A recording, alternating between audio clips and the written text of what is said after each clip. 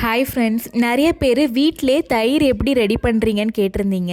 இந்த வீடியோவில் நான் அதை ஷேர் பண்ணியிருப்பேன். ஸ்கிப் பண்ணாமல் பாருங்கள். ஒரு 3 டிப்ஸை மட்டும் ஃபாலோ பண்ணால் போதும். நம்ம வீட்டிலே கெட்டியான தயிர் நம்ம குழந்தைக்கு ரெடி பண்ணி கொடுக்கலாம். தயிர் ரெடி பண்ணுறதுக்கு முக்கியமாக திக்கான பால் நம்ம எடுத்துக்கணும். எந்த சட்டியில் நம்ம காய்ச்ச போகிறோமோ அதில் ஊற்றிக்கோங்க. பால் நல்லா காய வைக்கணும். இதுதான் ஃபஸ்ட்டு டிப். பால் நல்லா காஞ்சதுக்கு அப்புறமா அதை நல்லா ஆற விட்டுருங்க. பால் தொட்டு பார்த்தோன்னா பச்சை தண்ணி மாதிரி இருக்கணும். அந்த அளவுக்கு இருக்கணும். உர விடுறதுக்கு கண்டிப்பா இந்த மாதிரி கெட்டியான தயிர் நம்ம யூஸ் பண்ணாதான் நம்மளுக்கு கிடைக்கிற தயிருமே நல்லா திக்கா வரும். 1/2 லிட்டர் பாலுக்கு 1.5 டீஸ்பூன் அளவுக்கு திக்கான தயிர் தேவைப்படும். இந்த மாதிரி சைட்ல ஊத்திக்கோங்க. இதை ஸ்பூனை வச்சுட்டு நம்ம மிக்ஸ் பண்ணிடக்கூடாது. அப்படியே மூடி வச்சுட்டு அடுப்பு பக்கத்துல இந்த மாதிரி வச்சிருங்க. கண்டிப்பா 8 மணி நேரம் நம்மளுக்கு தேவைப்படும். அடுப்பு பக்கத்துல வச்சோம்னா அந்த ஹீட்லயே நம்மளுக்கு தயிர் ரெடி ஆகி வந்துடும்.